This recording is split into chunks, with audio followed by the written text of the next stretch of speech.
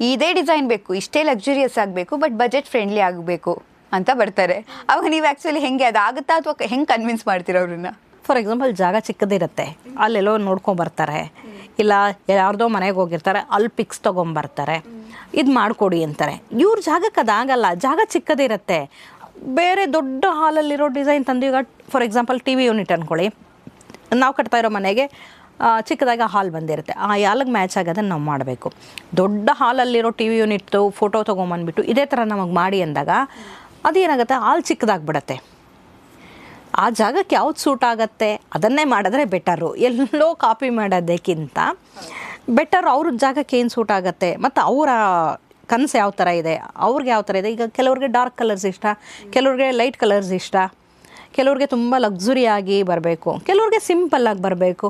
ಅವ್ರ ಟೇಸ್ಟ್ ಅವ್ರು ಹೇಳ್ಬಿಟ್ರೆ ನಾವು ಮಾಡೋದಕ್ಕೆ ಈಸಿ ಆಗುತ್ತೆ, ನಾವು ಸಜೆಸ್ಟ್ ಮಾಡ್ತೀವಿ.